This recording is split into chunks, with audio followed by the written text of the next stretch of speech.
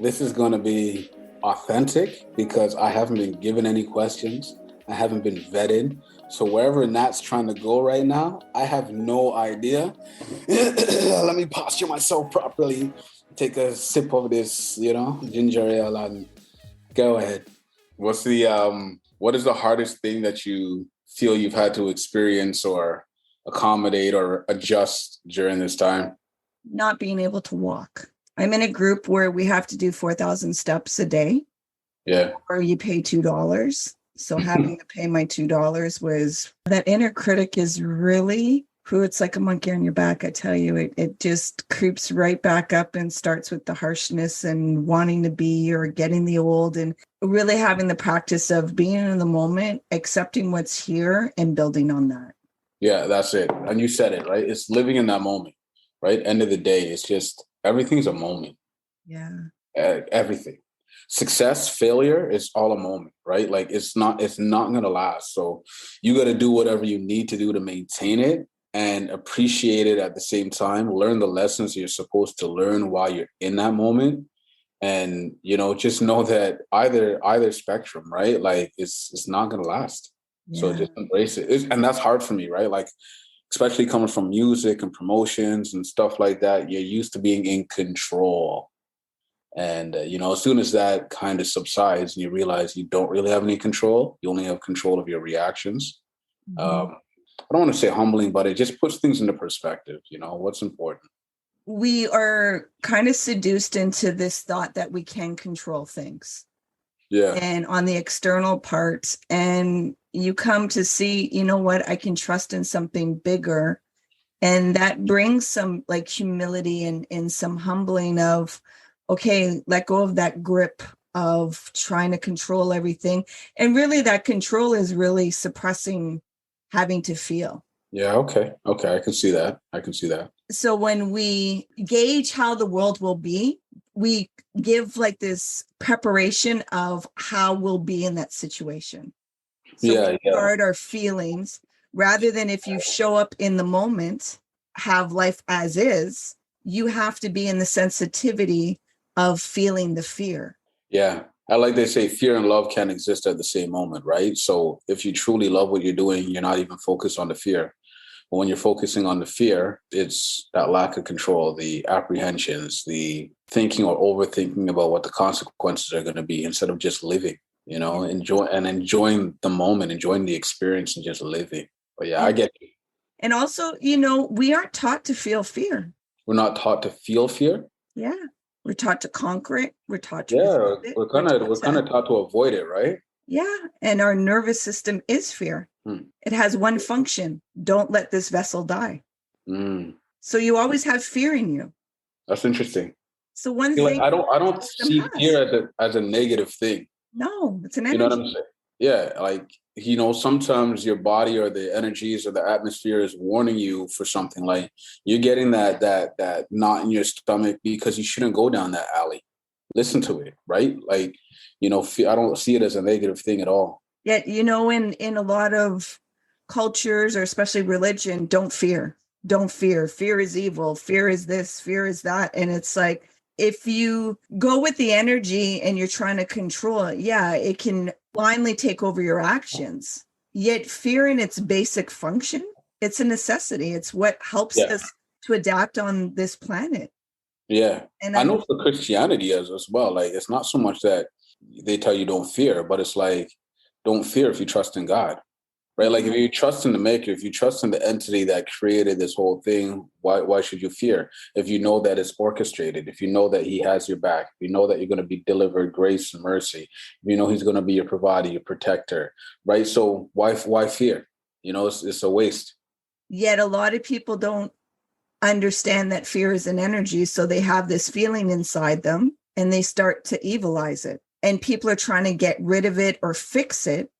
I'm like, why don't you work with it and ask it why it's there? It's a method of protection. Yeah. So there's an overwhelming thing that's going on with you. So why don't you ask it what it is? Yeah. Yet if we're not giving any tools to understand what's going on internally, that's why, I understand the basis of what Christianity wants to say, don't fear if you have all these things. Yet I got this uncomfortable feeling in me. And you're telling me I oughtn't to focus on this. Yet I don't know what this thing is. Yeah. But I think that's the whole like adage, or, I don't want to speak as a pastor or an influencer, as a deacon or anything like that, or anyone who's trying to like push religion on anyone or push spirituality on anyone. But it's the not focusing on the fear and focusing on something else, putting your hope and putting your faith into another entity that you are sure of, that you're sure will be there for you, that hasn't changed, that will protect you, right? Anyways, listen, we're getting into the meat and potatoes of a lot of this stuff right now. I know the record button is there. I don't know if we're starting. I'll start it up. You do what you need to do. You see, you're like, oh, wait a minute. Welcome to the Lift Oneself podcast, Renford. I really appreciate you being here. I appreciate you reaching out and asking me to be here, and anything that you're about, I'm for. How is your heart doing? Ooh, that's a very, very good question. I think in this day and age, my heart is very agitated. Just talking about race on a constant daily basis. Sometimes there's a solution, sometimes there's not. Sometimes people are speaking for speaking's sake and semantics. Is change really something that the world wants to see, or is it the hot topic right now? So my heart is agitated. I have so much love for, people and stuff. But then with that, it saddens me when I just see the brokenness of people, the brokenness of situations, the lack of acknowledgement. One way, you want to run and fight and, try to save and protect everyone. But then on the other end, you have to kind of fall back and understand that not everyone is at the same point and same place, and they have to go through that realization phase and then figure out what it is that they want to say, right? So you got to be patient with them. And especially during this pandemic, with the lack of interactions and socialness and stuff like that, these youngins are getting affected, and this is really becoming their norm, and there's nothing normal about it. You know what I mean? So my heart's agitated. So that was a great opening introductory question. Nat, lift yourself, lift your spirit, lift oneself. What can you thank COVID for? I love COVID, in all honesty. I've dubbed it the great exposer, and the veil has just been removed over a lot of things. And I mean, things are starting to open up again. So I think the distractions are coming back into play, the sporting events, the playoffs. But in the heart of the pandemic, people started to realize what was really important to them, right? Like having the fancy outfit to go out to the party wasn't that important. It was that interaction with family members, or lack thereof, that people were really and truly missing. People were missing that they couldn't have the big Thanksgiving, Christmas dinner. They couldn't have the birthday parties and invite everybody and their mom and the kids over, So it was the great exposure. So I'm very grateful for that. We need to start having more conversations about parenting, about children, about these things that can happen. Okay, so what were to happen? You're talking down with your lady or your man or what have you. Have that conversation. Oh, if I were to get pregnant, what would we do? Like, have that conversation before you're in the moment. I don't think we have that enough. I don't think we future plan enough. I certainly didn't future plan. I didn't have those conversations. It was always like, yeah, if I have a child, I'm gonna take care of it, and right. But like the nuances, like what faith are you gonna raise that child up in? What school do you want this child to go to? How are we gonna raise it? Like, there's so much to it, you know what I mean? And those conversations need to have, not just for people who are getting married or whatnot, but people who are lying down with each other unprotected. Mm-hmm. Even protected, things happen. Yeah, that too. But at least many contraceptive babies. That's true too. If something's meant to be, it's going to come into fruition and it's going to come into existence. Yeah. And we do the best that we can in protecting, yet we aren't having these uncomfortable conversations of honesty and being, you know what, if this were to happen and it's a possibility, right, how are we going to show up in this? Yeah. Instead of avoiding the unforeseen, it's like, actually, why are we not being mature and facing it head on and having direct communication? It goes right back to you talking about fear. Yep. And we haven't been raised to be comfortable in fear. Yep. So instead of addressing those situations, we avoid them. We avoid the awkward conversations and think that if it's out of sight, it's out of mind. And then boom, we're slapped with it. And then we have to deal with it in the moment. But yeah, as we're sitting here speaking, it comes back to that lack of embracing fear. Yeah. That's why I said we're not taught to sit with the fear. Yeah. No, like as we keep talking, it keeps coming back and hit me in the head. Like, for real, we don't embrace fear. We fear fear. We avoid fear instead of embracing it and channeling it and pivoting it so it works in our benefit. So last year you had an unforeseen accident. Yes, ma'am. Can you explain to the listeners what happened? For sure. So last year, July 5th, 2020, I ruptured my Achilles tendon playing basketball with these young cats. And I don't know, maybe I thought I was a young cat as well, but it was untimely. It was unpredicted, and it changed the course of my life because, again, like I wasn't able to walk on. If anyone knows anything about the Achilles muscle, this is the muscle that's at the back of your heel, like just above your heel. That little tendon connects your foot to your calf, to your thigh, to your hip. So once that little tendon goes, you're immobilized. It's very, very difficult to get around. What did you discover about yourself in that experience? So one thing I really discovered that I don't like to ask for help. That was one of the biggest rude awakenings. I'm used to doing things myself. I'm very self-sufficient and maybe self-stubborn sufficient. I need to really plan, maximize my time. So those are two things that I really, really, really learned during that process. What does self-care look like for you? Self-care is knowing yourself, right? Self-care is taking care of yourself. First, you have to know yourself. You have to know, what do you need? What do you need mentally? What do you need physically? What do you need spiritually? You have to identify those things to start the process, right? And then once you know those things, and again, we go back to the pandemic. I started seeing a therapist during the pandemic because I started realizing like there was so much stuff that was pent up inside of me, and I needed to speak to somebody about it, right? And speaking to the people I was around wasn't necessarily enough. So I had to embrace the fact that I'm not okay. Mentally, I'm not well. Even though I think I'm doing well, I'm going through the motions, but there's things that are affecting my day-to-day adult life. So I had to deal with that. So definitely know yourself, know what you need. And then once you know what you need, try to make those plans to achieve those. So if it's like, again, learning how to walk again, I had to literally take walks. There was fatigue in the leg, but I had to push myself. I had to take the breaks when I needed to take the breaks. So try to be disciplined in the things that you know that you need. Make it happen, and don't wait for anyone else to validate or to confirm what you need. Do it, like, just be empowered for yourself. Know what you need to do for yourself. Some people will look at you like you're crazy. They'll look at you like you're stubborn. They'll have all these things to say, but only you know what you desire. Only you know what you want. Only you know how you're going to get it. At the end of the day, only you are responsible for getting what it is that you need. I want to commend you on the therapy. Oh, no doubt, no doubt. Yeah, it's something, especially as I try to speak about that as much as I can as a melanated man, because it's something that we don't speak about.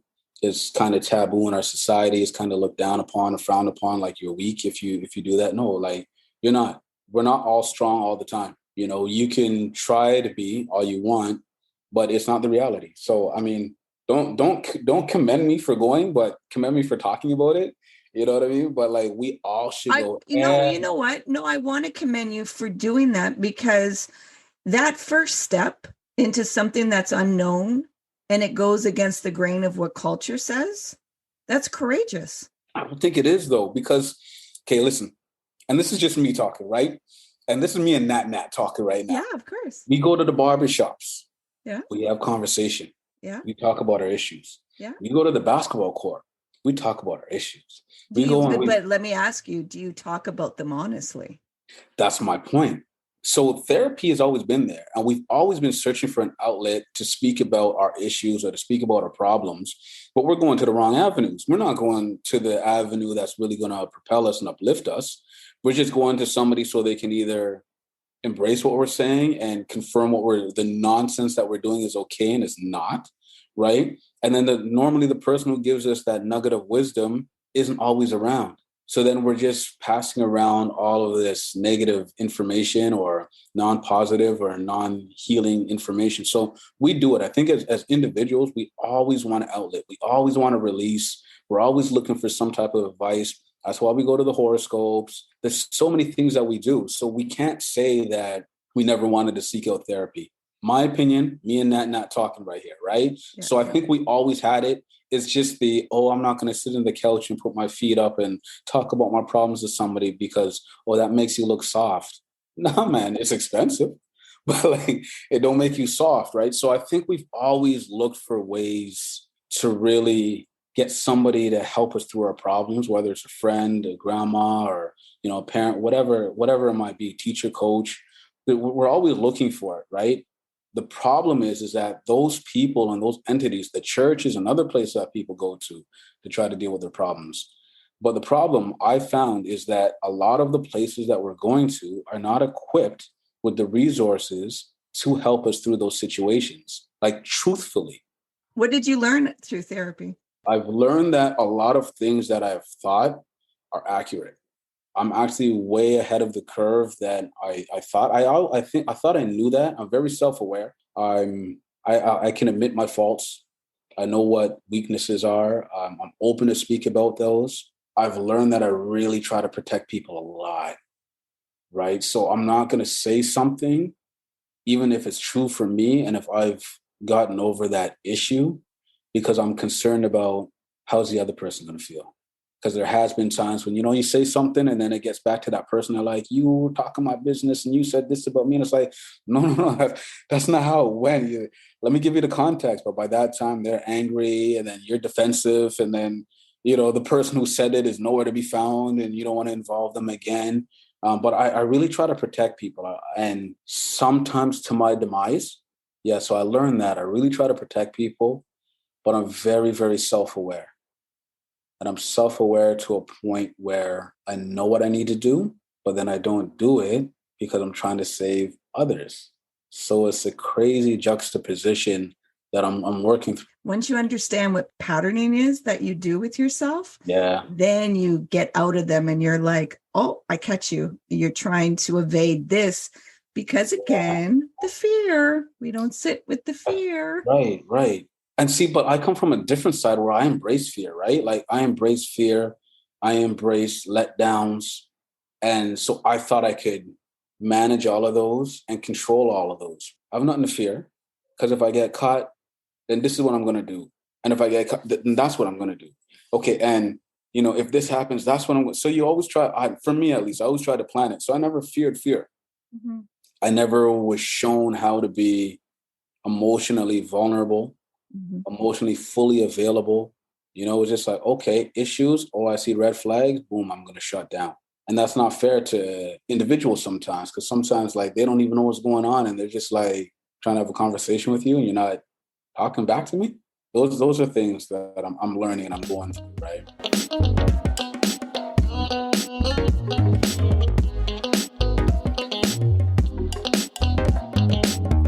How's your relationship with sensitivity? So I don't have an issue with that. I don't think so. I think, again, it goes back to the receiver who I'm in the conversation with. If I can truly be open and I can say what I need to say and it doesn't like blow up and become a totally different situation, I don't have a problem with that. I can recognize people's sensitivity. I try to be pretty blunt. I try to say what I need to say, which I've learned over the years. That's not always the best way. And sometimes you need to really exercise tact in terms of delivering certain information out there. But I think personally, I'm okay with sensitivity. I think, I would love to be as open with everyone, but not everyone's able to receive that, right? I'd love to be able to be truthfully honest with everyone. Not everyone's able to receive that. Not everyone doesn't necessarily want that, so that's something that I'm working and struggling with, to be honest, So sensitivity is not an issue for me. It's the understanding that is the issue. Because when I have conversations with people, sometimes it's like, we don't have to agree, but just hear me out, try to understand my position and where I'm coming from. I'm just looking for understanding, right? So then when I flip out or whatever have you, I'm keeping everything personal. So if I flip out, you understand the reason why. You're not just looking at the action itself, right? Separate the person from the action. But it's like, I haven't really experienced that too much. The understanding is what I crave for, and sometimes there's not enough time in the day to even get that understanding with individuals. You cry. I do and I don't, if that makes sense, right? So like I've had moments, especially spiritually, right? Like as I took on my spiritual walk where I realized that it was okay to cry and it's necessary to cry and you need to cleanse yourself. And there have been times when, I'm bawling and the tears are just coming out because I have no other words to express what I want to say. But it takes me a long time to get to that level. That's also not good, right? Because then I'm bottling things up little by little, and I shouldn't have to wait for it to become a pressure cooker, and then I release it. Like I should be able to have a good cry every now and again, and I'm nice. But I don't do that. I don't think I do that. I think it's still the tough guy. I got to take care of everything. I got to be the strong person for everyone. I think I still have that mentality, right? And until it gets unbearable, and then boom, I just gotta go to a bush and say some prayer and just let the tears flow like Niagara Falls. When you were doing therapy, did trauma ever come up? Yeah, big time. We're a trauma-filled people. We have skeletons in the closet. We have things that have never been spoken about. We have ideologies that have been passed down from generation to generation. I don't know about you, but I had my first heart-to-heart with my father when my son was about to be born, because I wanted him to hear from me before anyone else. So imagine that. You go through all those years. I've known my father my whole life. We lived in the same house up until I was 13, but it took until I was 24 and that I had a son for us to really have a heart-to-heart. And that's the first time we went out and had some rum and sat at a bar and like really just reasoned. First time, 24 years. That's problematic, man. I would encourage everyone, don't normalize the traumas, because we have the ability to change those things. We have the ability to break strongholds. We really, really do. But first, we have to identify them. So don't be afraid of the trauma. Identify it, recognize it so that you're able to get over the hump. That's why you asked me before, my relationship with my father. I don't have crazy negative things to say about him, because the more I understand him and the more I understand myself is the more I understand how alike we are. So for me to hate him is to hate myself. And if I hate myself, then what good am I to anyone that I'm around? There's wisdom in trauma. Big time. It shaped you Revelation. for what you are. And Yeah. the experiences, it's not to identify with them. When we are children, we're very narcissistic. We're very self-involved and we interpret everything as us doing everything. And we don't even have a perception of somebody else's experience. So we don't Right. even realize like they have their own emotions and moods and all that. Right. And once you start to go back in those memories and you can see it from a different perspective, you have a different relationship with trauma. But Yeah. most times we're pushing and resisting it and wanting the story to be something different than what it was. I think sometimes people want certain validations, and that gets mixed up with the trauma. Because yes, you've been through whatever you've been through. That person may never apologize to you. And you're longing so much for the validation that you were right to feel the way that you felt at that time. Understanding the trauma can give you that, but you still may never get the apology from the person. And you have to be okay with that. You have to be okay to move forward, just knowing that this was the circumstance. So now that I understand that, let me not repeat it. Which again, in our society, we repeat a lot of things, man. You see it generationally when, people are just, you see it, man. I won't even give an example, but it's seen where things just repeat themselves generation to generation to generation. Then they start saying that they're cursed. And it's like, is it a curse or is it because nobody wants to do something different? Yeah. Any change, you need acknowledgement. Right. And a lot of times we're going to keep it in the shadows and we're not going to say anything, because if you don't say anything, then it doesn't exist. And it's like, that is denial and nothing can change in denial. Yeah, for sure, for sure, for sure. And it's difficult to have to acknowledge some things, yet once you do, then that's the task of doing the work of changing, of disrupting the patterns. Right. And end of the day, we're all responsible for the individual, right? Even as a parent, like I can't prescribe what my son's future is going to be like. I can just lay a path. Hopefully he follows it. And, hopefully I've set, a decent track record for him so he's able to come up under, but he's responsible for himself, whether he wants to walk into it or not. So we're all responsible for ourselves. So stop focusing on other people. Like, be happy with you, love you. And as I'm saying this, I'm speaking to myself, you know what I mean? But, love ourselves, man. Know that we're enough. Know that we're special. Know that, we're valued, and if we walk around like the true kings and queens that we are within ourselves, that's only going to exude in the natural. And we will walk the streets like that, and we will eat foods differently because of that. We will take on and dismiss relationships because of that, right? But we have to love ourselves, and it's only our responsibility. No one else can do it for you. No one else can. You get into a relationship and that person treats you like a king or a queen, and then when that person isn't there, you still feel low. It's problematic. That's what they call it, codependence. Yeah. We've known a lot of people and they have transitioned. And Yeah. I'm going to hold the space for Yolanda. Yeah. How did her death impact you? It impacted me tremendously. Still impacts me to this day. I've known Yo-Yo since we were babies, right? Like our mothers used to work with each other, and she was my administrator in music, and she was, I danced in her group, and her phone number is still on my banners right now if you check, my promotional materials and whatnot. But yeah, that affected me. That affected me very, very deeply. Still affects me.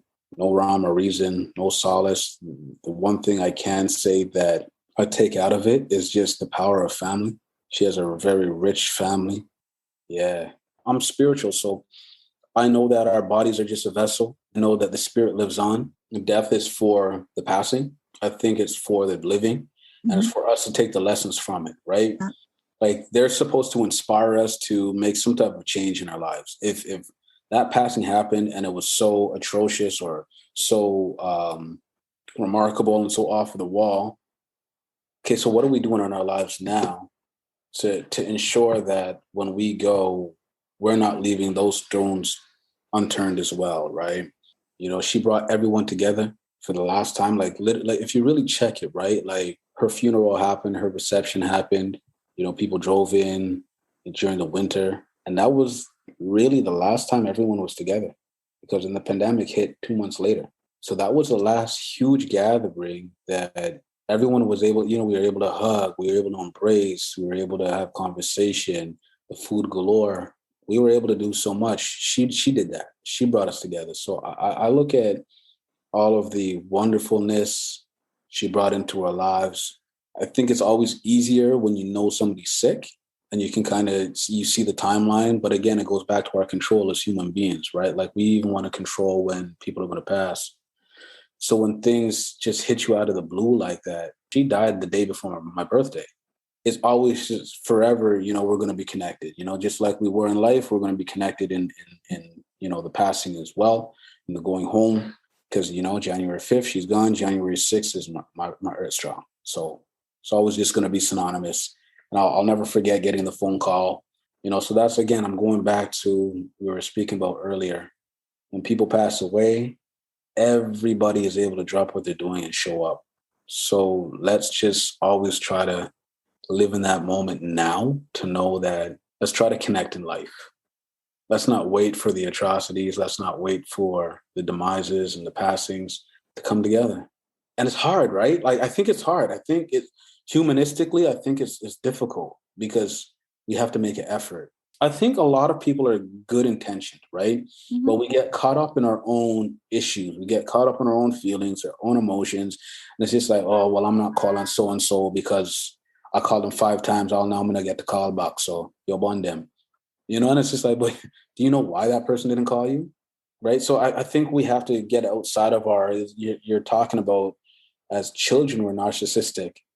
As adults, sometimes we don't lose that either, right? So sometimes we just got to try to get out of ourselves, just really connect in life and know what's important. I mean, I saw people at that reception that, like I said, man, she just brought the whole city together that day. So when I'm seeing legal officials, I'm seeing, the bus drivers, when I'm seeing the people just from the community, the associations, the childhood, high school friends, it was just so rich, man. So I always just salute her because she brought the city together one last time before we knew we were going to get locked up. Like, I remember people driving back home. Remember, it was a snowstorm that day too, right? I don't remember people driving back to Toronto and that. People driving back into Montreal and that.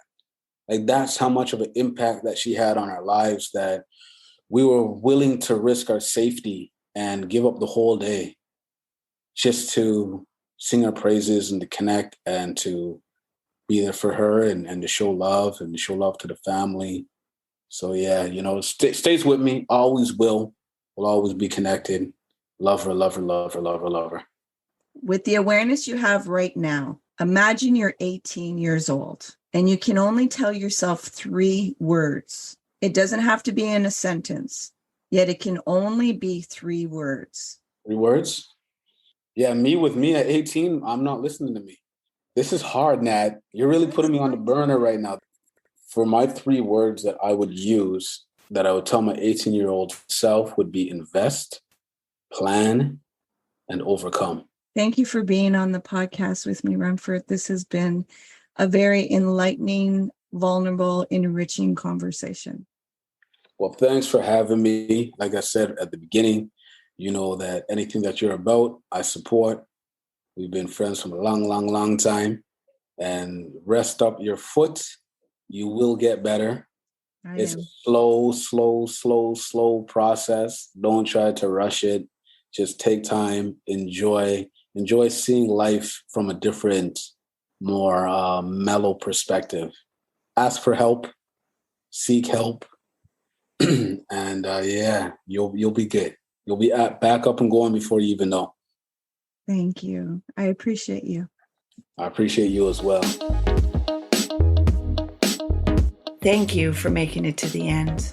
I appreciate you and your time. If you found any value in this conversation, I ask you to help us grow by subscribing to the Lift Oneself podcast and more, sharing it out to others. The more that we have conversation and dialogue that are honest and open, that is when we can remove the stigmas around mental health. Until next time, remember, be kind and gentle with yourself. You matter.